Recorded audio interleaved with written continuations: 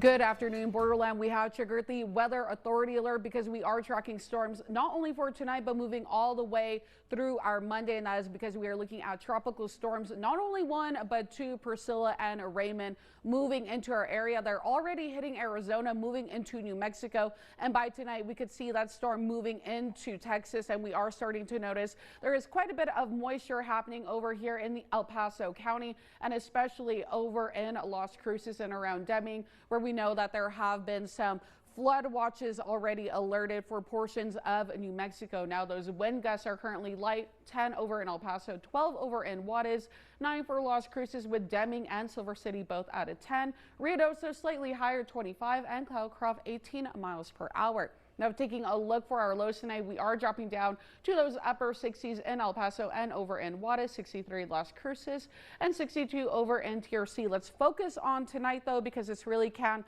be quite dangerous, especially with those storms. If they focus enough on an area, of course, we will be looking at some flooding. Evening and overnight storms are anticipated beginning as early as 5 p.m., going all the way into the early morning hours of our Sunday. Of course, that flooding risk is possible, with gusty conditions going to 25 miles per hour. For Las Cruces, very similar. Your low will be in those lower 60s, partly cloudy skies. But again, be on the lookout for that flooding that could potentially occur. For tomorrow, very similar conditions, except those storms will be scattered and throughout the day, beginning earlier in the afternoon, which can be really a risk, because if we continue to see those storms moving into the evening, then again, a flood watch is something we potentially will be looking at. Likely storms and showers for Las Cruces as well, with temperatures lower in those low 70s across the rest of the borderland. 64 for Ruidoso, 55 over in Cloudcroft, and 74 over in Alamogordo.